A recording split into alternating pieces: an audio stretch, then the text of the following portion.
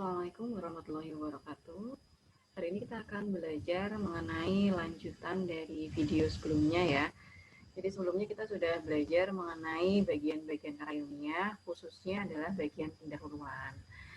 Nah, hari ini kita akan belajar bagian berikutnya, yaitu kajian pustaka dan landasan teori. Nah, kalau di skripsi biasanya landasan kajian pustaka dan landasan teori ini masuk di bab 2 ya.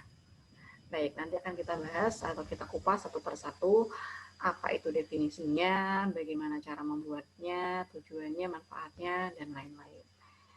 Baik, yang pertama kita akan belajar mengenai kajian pustaka terlebih dahulu. Apa sih itu kajian pustaka?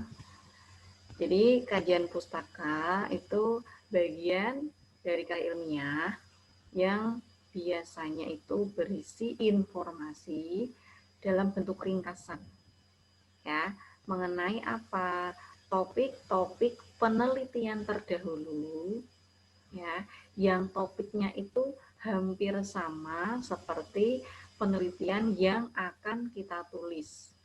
Nah, topik-topik terdahulu ini bisa bersumber dari artikel, mungkin buku, hasil penelitian yang telah diterbitkan atau yang telah selesai ya, atau sumber yang lain, bisa skripsi, tesis, disertasi ya, yang memang relevan dengan bidang tertentu. Jadi, ketika Anda memilih penelitian terdahulu itu harus kita khususkan penelitian tersebut memang topiknya itu hampir sama, mirip atau serumpun dengan penelitian atau karya ilmiah yang akan kita buat. Nah, kajian pustaka ini mendasari pemilihan topik dalam karya ilmiah. Jadi begini, kalau misalnya Anda menemukan sebuah pustaka dan ternyata topik tersebut sudah pernah diteliti sebelumnya, nah, kalau sudah diteliti, Anda memilih hal tepat, Anda bisa memilih bagian mana yang masih bisa atau yang masih ada peluang untuk diteliti kembali. Kalau misalnya belum kan berarti bebas ya, Anda bisa meneliti hal tersebut atau topik tersebut. Tapi kalau misalnya sudah diteliti, Anda harus mencari celah dulu. Bagian mana yang kira-kira bisa kita ambil untuk kita olah kembali dalam penelitian yang akan kita tulis. Gitu ya. Kalau misalnya dilihat celahnya di mana? Bisa jadi teorinya, metodenya, atau hasilnya itu berbeda ya. Jadi kalau misalnya Anda mencari penelitian ternyata oh ini kok sepertinya sudah pernah ya diteliti oleh si A. Nah, setelah Anda baca lagi, Anda cermati lagi, apa sih kelemahan si A ini? Ya, apa sih kekurangan penelitian si A ini agar saya itu bisa meneliti kembali topik serupa tapi tidak sama. Dicari dulu celahnya. Apanya yang berbeda? Apakah hasilnya kah atau teorinya atau mungkin metodenya dibuat berbeda gitu ya sehingga tidak plagiasi. Gitu ya. Nah, apa sih tujuan kita itu mengkaji pustaka? Kenapa kok dalam karya ilmiah itu kita harus membuat kajian pustaka? Jadi yang pertama, kajian pustaka itu bisa digunakan sebagai ini ya, merunut atau mengkaji sejarah penelitian. Nah, kajian pustaka yang baik itu kajian pustaka yang masih seide, serumpun ya dan setopik dengan karya ilmiah yang akan kita buat. Biasanya maksimal itu 10 tahun terakhir ya. Nah, dari karya ilmiah terdahulu ini atau penelitian terdahulu ini kita bisa mengkaji secara kronologis dari tahun ke tahun. Nah, bisa memberikan gambaran mengenai masalah-masalah yang pernah diteliti. Jadi yang pernah diteliti itu apa saja, sejauh mana, sedalam apa, yang belum diteliti bagian apa, yang sudah diteliti itu yang mana, itu kita bisa merunut dulu, ya dikaji dulu secara kronologis. Jadi kita bisa memilah ya, mana yang belum, mana yang sudah. Tujuan yang pertama. Kemudian yang kedua, untuk mengetahui kelebihan dan kelemahan karya ilmiah terdahulu. Ya, jadi misalnya karya ilmiah A yang dulu sudah pernah ditulis, itu kelemahannya apa? Itu bisa jadi celah Anda ya untuk masuk dari sisi kelemahan. Kelebihannya apa yang bisa Anda buat sebagai pengayaan dalam karya ilmiah Anda. gitu ya. Nah, dari situ kita bisa merancang kira-kira prosedur penelitian yang tepat yang harus saya gunakan dalam penelitian saya agar bisa melanjutkan penelitian terdahulu itu seperti apa, gitu ya. Kemudian berikutnya untuk mendalami teori, ya. Jadi kajian pustaka itu berguna untuk mendalami pengetahuan mengenai topik yang akan kita tulis, topik yang mau kita teliti, topik yang mau kita dalami dalam karya ilmiah. Kemudian berikutnya untuk menunjang perumusan dan hipotesis masalah. Nah, jadi teori yang telah dipakai dalam tinjauan pustaka ini dapat digunakan untuk mengira-ira, ya, mengira-ira hipotesis yang telah dibuat. Jadi kalau kita baca pada topik-topik terdahulu, oh kalau rangkaiannya begini, masalahnya seperti ini, hasilnya begini. Kalau metodenya begini, hasilnya begitu. Ya, jadi kalau misalnya nanti di penelitian saya gabungkan antara metode ini dan metode ini, kira-kira hasilnya seperti apa? Kita bisa mengira-ira. Oh, kira-kira nanti hasilnya begini. Dari mana mengira-iranya? Dari kajian pustaka tadi, ya. Dari penelitian terdahulu yang telah kita baca, kita analisis dan kita kaji. Jadi tidak ngarang ya, tapi berdasarkan hasil analisis penelitian terdahulu. Kemudian tujuan berikutnya adalah untuk menghindari duplikasi penelitian. Nah, ini yang harus menjadi perhatian ya. Di dalam karya ilmiah, kita tidak boleh yang namanya plagiasi. Tidak boleh mengambil pendapat orang lain tanpa menyertakan sumber. Itu namanya kode etik dalam penulisan karya ilmiah. Jadi, jangan sampai kita mengambil pendapat orang lain, mengutip pendapat orang lain tanpa menyertakan sumbernya. Nah, dengan adanya kajian pustaka ini, kita bisa mengetahui judul, topik, atau penelitian sejenis yang nantinya kita buat sebagai batasan. Ya, batasan ini maksudnya bagaimana? Mana yang pernah diteliti, mana yang belum pernah diteliti, topik apa yang sudah pernah ditulis, topik apa yang belum pernah ditulis, kita bisa membuat batasannya. Sehingga dari batasan ini kita bisa memperkaya. Oh, jadi nanti karya ilmiah yang belum ada itu adalah seperti ini. Itu yang nanti mau kita buat. Pembaruannya di situ. Itu ya. Lalu tujuan yang berikutnya adalah menguraikan variabel penelitian. Jadi kajian pustaka ini kita bisa melihat kira-kira teori yang untuk mendukung tujuan dari rumusan masalah nanti kira-kira apa saja ya, gitu dari penelitian sebelumnya. Baik, itu tujuannya ya. Jadi tujuan kajian pustaka tadi ada 6. Berikutnya, untuk menyusun kajian pustaka ini ada beberapa langkah yang harus Anda tempuh. Ya, yang namanya kajian pustaka itu kan kita mengkaji pustaka terdahulu, penelitian terdahulu. Jadi langkah pertama ya kita harus mengumpulkan dulu ya, mengumpulkan penelitian-penelitian terdahulu, penelitian-penelitian yang pernah ditulis oleh orang lain yang telah diterbitkan, yang kemudian memiliki topik sejenis ya, serumpun dengan topik yang akan kita tulis. Nah, setelah kita mengumpulkan itu, lalu kita kaji. Caranya bagaimana? Kita ringkas masalahnya apa, menggunakan metode apa, hasilnya bagaimana. Jadi masing-masing penelitian yang pernah Anda temukan, yang itu setopik dengan penelitian yang akan kita buat, itu kita kaji, kita ringkas masalahnya apa, metodenya itu menggunakan metode apa, hasilnya bagaimana, cara rinci. Nah, kemudian temukan kelemahan dari karya A ini, kelebihan dari karya A ini, kelemahan dari karya B ini, kelebihan dari karya B ini, dan seterusnya. Jadi semua karya ini terdahulu ya, kita cari kelemahannya apa, kelebihannya apa. Setelah itu, kita urutkan secara sistematis. dari tahun yang paling tua ke tahun yang lebih muda. Nah, biasanya kajian pustaka yang dicari itu atau yang terbaru itu maksimal 10 tahun terakhir. Jadi kalau misalnya Anda saat ini tahun 2020 ingin menulis karya ilmiah, maka kajian pustaka yang dicari maksimal itu adalah tahun 2010. Ya.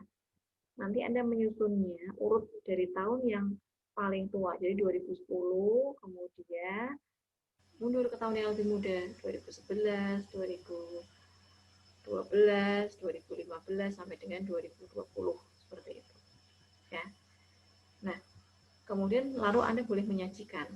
Ya, disajikan caranya bagaimana? Ya, disertai dengan sumber yang valid.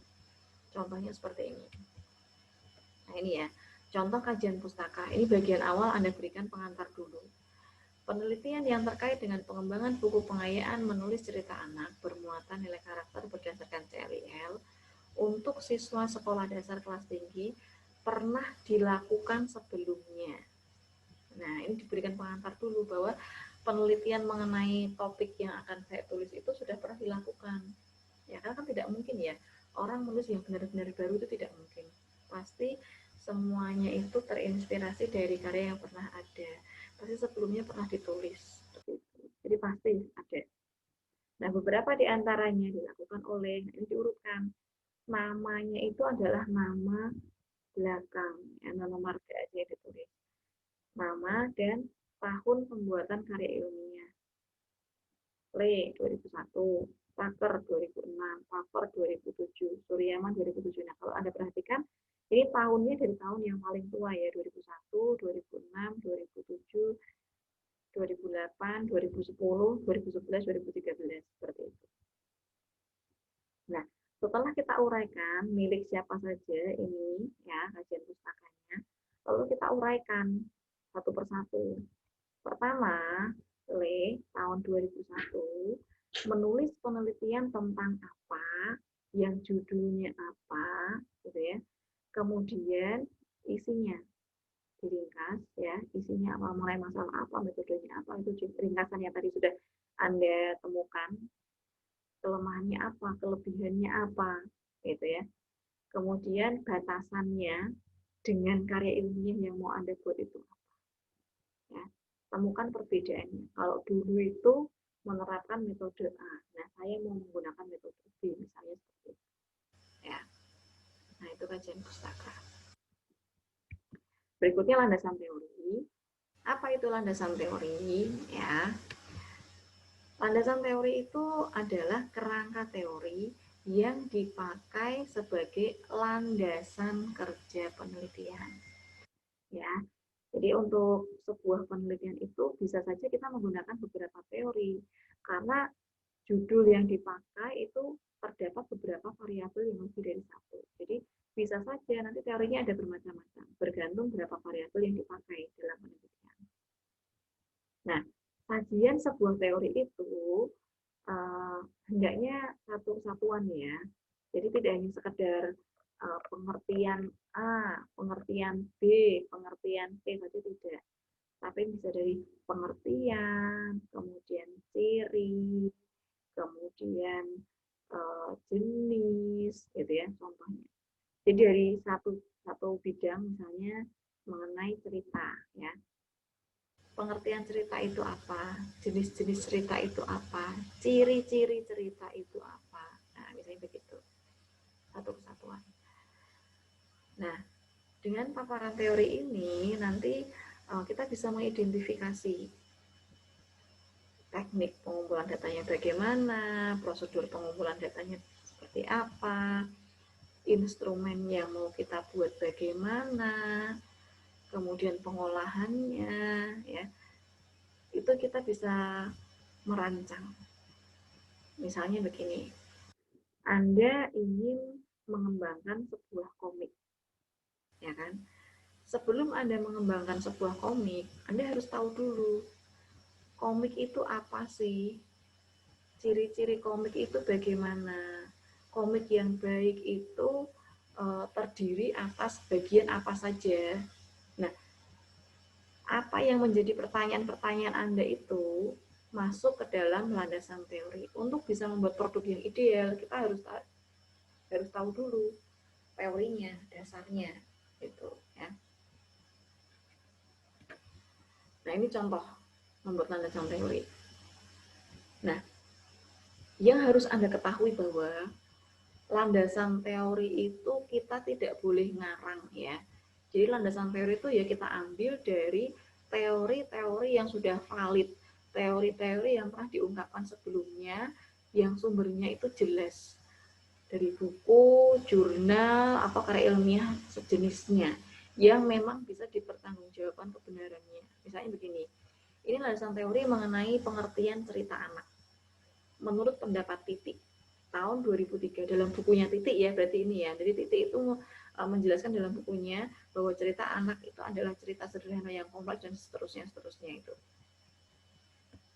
Contoh yang lain, ini misalnya masih pengertian cerita anak. Ini menurut Kurniawan dalam bukunya Kurniawan tahun 2014. Cerita anak adalah cerita yang ditulis dengan bla bla bla bla bla bla sampai selesai. Gitu ya. Nah, dalam membuat landasan teori ini, jadi kalau Anda perhatikan ini ya, kita menggunakan kutipan namanya. Kenapa sih kutipan? Karena landasan teori ini kita tidak boleh beropini ya, kita tidak boleh ngarang, kita tidak boleh kemudian berargumen sendiri, tapi kita harus berlandaskan sumber yang jelas. Nah, kalau Anda itu mau mengambil sumber dari buku yang lain atau karya ilmiah yang lain yang mau Anda masukkan ke dalam karya ilmiah Anda kan di sini meminjam pendapat orang lain ya. Anda harus sertakan sumbernya, itu namanya mengutip. Nah, kutipan ini yang nanti Anda tuliskan dalam landasan teori. Jadi landasan teori itu tidak boleh ngarang, tapi kita harus mengutip pendapat orang lain. Nah, etika dalam mengutip kita harus menyertakan sumber yang jelas. Ya, sumber yang jelas. Nah, kutipan sendiri itu dibagi menjadi dua. Ada kutipan langsung dan kutipan tidak langsung. Nah, kutipan langsung itu adalah kutipan yang dibuat sama persis dengan sumbernya. Nah, karena sama persis, berarti kita tidak boleh mengubah sedikit pun pendapat atau tulisan dari sumbernya. Nah, kutipan langsung ini ada beberapa macam atau beberapa contoh. Misalnya, kutipan langsung hanya digunakan apabila perkataan atau ungkapan asli pengarang sangat padat, berbobot, dan meyakinkan. Misalnya ini ya, to be or not to be, that is the question. Vini, vidi, vici ini kan kayak semacam slogan gitu loh. Slogan yang memang sudah membumi ya. Ini kan miliknya Shakespeare. Nah itu kalau mau kita buat kalimat sendiri kan tidak mungkin ya. Jadi ini harus disertakan. Ini kutipannya dari Shakespeare seperti itu. Kemudian kutipan langsung dapat digunakan untuk mendokumentasi argumen yang tidak cukup disampaikan dalam bentuk catatan kaki. Lalu kutipan langsung dapat digunakan apabila peneliti itu hendak memberikan komentar atau membela, menolak, menganalisis gagasan yang disampaikan oleh pengarang. Nah, kutipan langsung ini juga dapat digunakan apabila ada perubahan. Gini, kalau misalnya nanti kira-kira saya membuat parafrase atau apabila saya membuat perubahan atau saya membuat kalimat sendiri, itu dapat menyebabkan salah paham atau salah tafsir. Jadi agar orang lain tidak merasa beda ide atau salah tafsir itu kita harus mengutipnya sama persis. Nah, itu namanya kutipan, menggunakan kutipan langsung ya. Terus kutipan langsung ini digunakan untuk mengutip hal-hal yang memang tidak bisa diubah. Jadi misalnya seperti rumus, ya, rumus matematika, rumus kimia, dan lainnya kita tidak mungkin mengubah ya. Jadi harus sama persis seperti sumbernya. Lalu untuk pengutipan langsung dari bahan non komersial, misalnya undang-undang, ayat suci, gitu ya. kemudian Pancasila, itu kan tidak mungkin kita menggunakan bahasa sendiri, jadi harus sama persis dari sumbernya. Nah, dari keenam hal ini ya kita menulisnya kutipan langsung. Tapi selain 6 hal ini, Anda harus menggunakan kutipan yang tidak langsung. Nah, ini contoh penulisan kutipan ya. Kutipan langsung itu menuliskannya harus menggunakan tanda kutip. Nah, ini Anda perhatikan ya di sini. Elias pada tahun sekian di bukunya halaman sekian ya mengatakan bahwa, nah ini kalau kutipan langsung cirinya, ciri khususnya itu adalah penulisan kutipan langsung itu menggunakan tanda petik. Ya, jadi isi kutipannya menggunakan tanda petik. Kalau nama pengarangnya itu diletakkan di depan, maka nama pengarangnya itu letaknya di luar kurung ya. Yang di dalam kurung ini tahun dan juga halaman. Ini penulisan atau contoh yang saya kutip ini menggunakan metode apa ya. Jadi ini yang dipakai untuk penulisan KL-nya di UNES menggunakan apa. Kemudian kalau mengutip kutipan langsung yang sumbernya kita letakkan di belakang seperti ini, maka nama penulisnya itu kita letakkan di dalam kurung. Ya, Lennon, kemudian tahun, halamannya. Nah, ini dan seterusnya. Nanti bisa Anda baca sendiri ya, contoh ini. Nah, kalau kutipan tidak langsung, itu apa bedanya dengan kutipan langsung? Jadi kalau kutipan langsung tadi kan menulis sama persis seperti di sumbernya. Nah, kalau kutipan tidak langsung itu adalah kutipan yang kita menuliskannya itu intisarinya saja. Jadi setelah Anda membaca sebuah buku, Anda baca karya ilmiah, pendapat orang lain, kemudian Anda memahami intinya apa, lalu Anda menuliskan kembali dengan bahasa Anda sendiri. Itu namanya kutipan tidak langsung. Ya. Nah, kutipan tidak langsung ini yang biasanya atau umumnya dipakai dalam penulisan karya ilmiah. Jadi kalau Anda ingin mengutip pendapat orang lain, biasanya menggunakan kutipan tidak langsung. Nah, seringkali kutipan tidak langsung ini masih mirip-mirip dengan aslinya. Nah, kalau masih mirip-mirip dengan aslinya, kemudian kalau kita cek menggunakan Turnitin, itu seringkali dianggap plagiasi. Nah, bagaimana caranya untuk menghindari plagiasi agar tidak sama persis atau terlalu mirip dengan sumber aslinya? Kita bisa menggunakan 3 cara. Yang pertama adalah parafrase.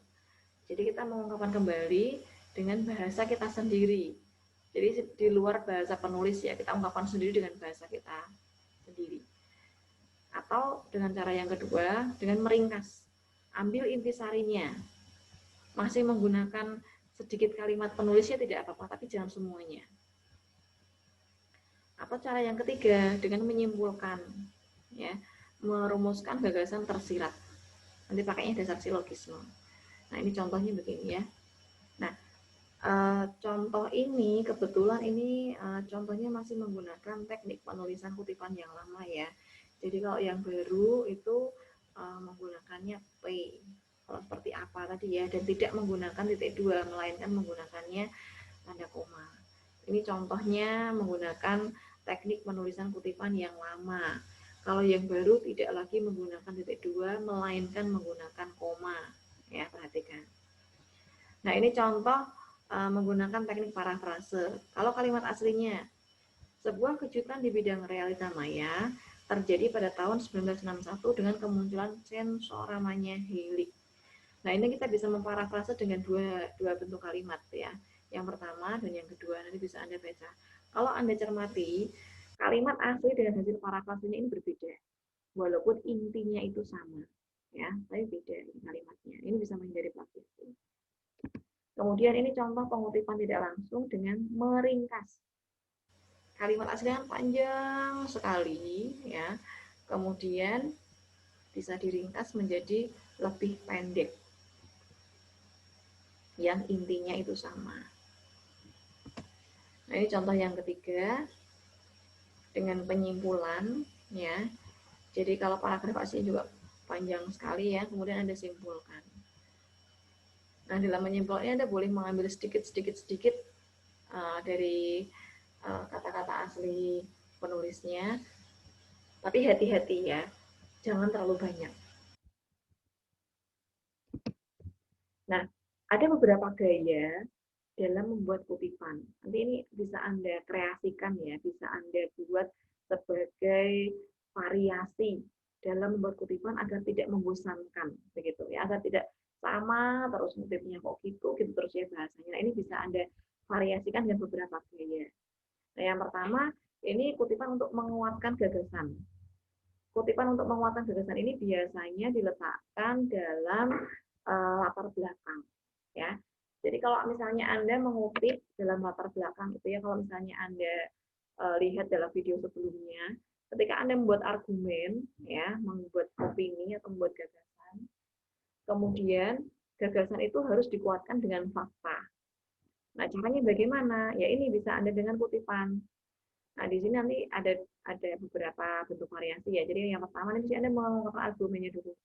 Tuliskan argumen Anda, titik, kemudian tambahkan bukti atau tambahkan data, tambahkan fakta dengan membuat kutipan. Sehubungan dengan itu, nah itu di sini kan mengacu pada argumen Anda. Firdaus tahun 2020, Firdaus ini merupakan karya ilmiah yang mau Anda kutip, ya, untuk menguatkan argumen Anda, menjelaskan bahwa apa. Nah, ini baru Anda tuliskan kutipannya. Nah, contoh yang lain misalnya di sini argumen Anda tuliskan dulu. Nah, bisa juga hal ini sejalan dengan pendapat Firdaus tahun 2020 yang menyatakan bahwa apa ini baru Anda tuliskan kutipannya.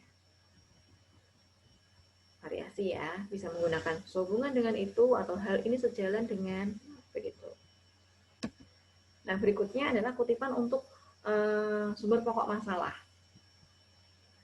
Nah, ini bisa juga untuk menguatkan data dalam latar belakang bisa, atau dalam pembahasan juga bisa ya.